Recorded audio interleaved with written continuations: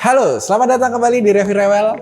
Sama saya Bagas. Kali ini kita akan membahas kamera. Buat kamu yang ingin live stream, wajib banget tahu kamera ini.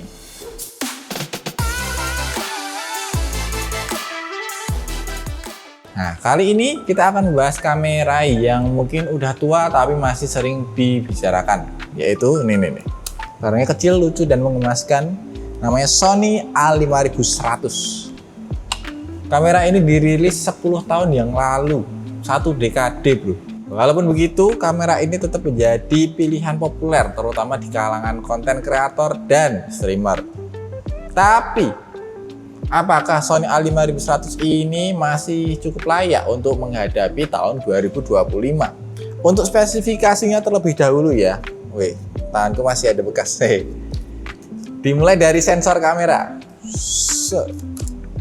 Sensor kamera Sony A5100 ini memiliki sensor 24,3 megapiksel CMOS APS-C. Sensor ini pertama kali muncul di Sony A6000 pada tahun 2014. Nah, menariknya sensor ini itu masih digunakan di beberapa kamera Sony terbaru seperti ZV-E10 yang dirilis pada tahun 2021. Jadi, meskipun spesifikasinya mulai terlihat kuno, sensor ini mampu menghasilkan kualitas gambar yang tajam dan detail. Nah, untuk desain kameranya ini ya, ini tuh kameranya ringan, terus compact juga, kecil kan ya, digenggam tuh kayak, so cute, so tiny. Kemudian dia tuh ada layar sentuh juga, jadi layarnya dia ini touchscreen dan bisa diputer bro, 180 derajat ya, jadi bisa selfie kita.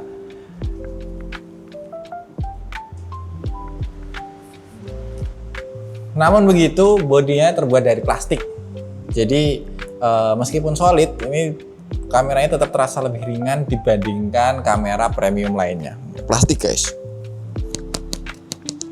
Nah, untuk kualitas video dan fotografi, Sony A5100 ini mampu merekam video hingga Full HD 1080p dengan mikrofon stereo bawaan ya. Jadi sayangnya kamera ini dia nggak ada port untuk mikrofon eksternalnya, jadi hanya bisa pakai mikrofon bawaan.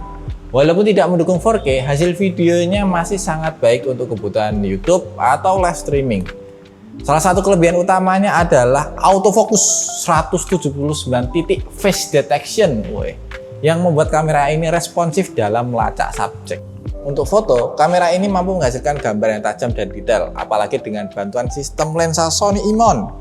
Dari yang wide sampai yang tele, pilihan lensanya sangat fleksibel, yang memungkinkan buat teman-teman untuk meningkatkan kualitas tanpa mengganti kamera. Ini asik.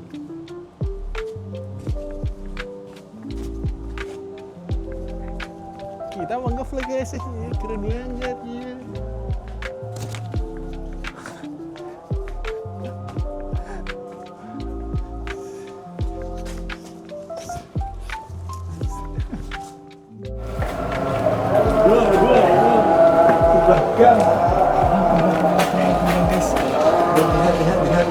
Lihat, deketin. Harusnya yang itu sih autofocus ya? Yang 5100 sih harusnya autofocus.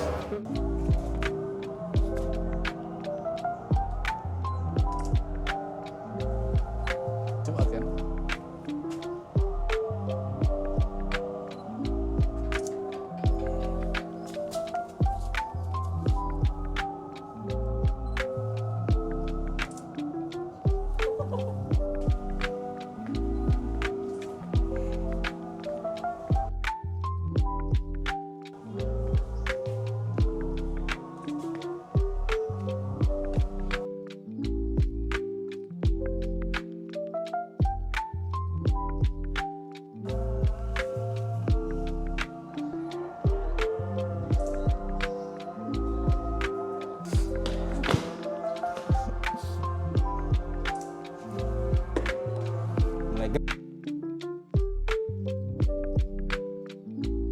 Untuk streamer nih, Sony A5100 ini sangat populer karena bisa digunakan sebagai kamera live streaming dengan bantuan capture card.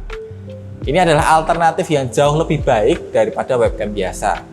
Jika dibandingkan dengan kamera Sony yang lain, kamera Sony yang paling murah yang bisa dijadiin webcam dari kabel USB-nya itu adalah ZV-E10, yang dimana kamera tersebut harganya ada di sekitar sekarang 10 jutaan ya. Nah, sedangkan kamera ini jauh lebih murah, tinggal ditambah capture card aja. Ukurannya yang kecil membuat kamera ini mudah dibawa dan digunakan di berbagai kondisi. Namun, perlu diingat bahwa kamera ini tuh nggak ada in-body stabilization-nya ya. Jadi kamu perlu menggunakan tripod atau gimbal untuk hasil yang lebih stabil. Namun, tidak semua sempurna. Ada beberapa kekurangan yang perlu kamu tahu. Yang pertama, baterai kamera ini. Nah, baterai kamera ini tuh pakai Sony yang ini Sony NPF W50 yang itu terkenal sangat boros sekali ya. Jadi kalau misalnya teman-teman mau ngevlog pakai kamera ini, pastikan teman-teman membawa lebih dari 2 baterai. Ya kalau dari aku sih untuk sehari syuting, 1 hari jalan-jalan bisa 2-3 baterai kayaknya cukup deh. Masalah kedua adalah overheating. Jadi kamera ini itu dikenal cepat panas, terutama ketika merekam video ke memory card ya. Kalau di negara-negara beriklim dingin yang bersalju gitu sih nggak masalah. Cuman kalau di Indonesia, di mana di Indonesia ini hanya ada 2 iklim, panas dan hujan. Ya hujan. Itu tuh ini kamera termasuk gampang banget overheating. Nah tapi kalau untuk live streaming, kamera ini tuh malah nggak overheating karena nggak ngerekam kan ya. Jadi untuk live streaming masih aman banget. Terus kalau untuk ngevlog, karena ngevlog itu kan ngerekamnya pendek-pendek ya, nggak ngerekam panjang-panjang, jadi masih bisa. Asal ngerekamnya nggak yang durasi jangka panjang. Kekurangan selanjutnya, kamera ini tuh tidak ada port mikrofon eksternal. Jadi kamu harus merekam audio menggunakan mikrofon terpisah, yang berarti kamu harus menynkronin audio secara manual saat editing. Dilihat dari performanya, Sony A5100 masih bisa diandalkan untuk menghadapi tahun 2025 untuk kebutuhan fotografi dan video ringan. Nah, tapi ya karena dia nggak ada fitur 4K kan, dia mentok aja di 1080p, itu rasanya kayak ketinggalan gitu. Soalnya kamera-kamera yang baru dirilis baru-baru ini kan kayak ZV-E10 atau FX30 itu kan udah bisa sampai 4K. Namun ya, menurutku pribadi untuk kebutuhan YouTube, apalagi di Indonesia, 1080p sudah cukup banget. Apalagi yang nonton kan biasanya juga 720 kali atau cuma 1080, nggak sampai 4K juga. Jadi masih worth it untuk tahun 2025. Nah, untuk harganya ya, kamera ini itu udah sulit banget ditemukan dalam kondisi baru. Biasanya dijual dengan kondisi second di harga 3-4 jutaan ya. Tergantung itu body only atau udah sama lensa kitnya.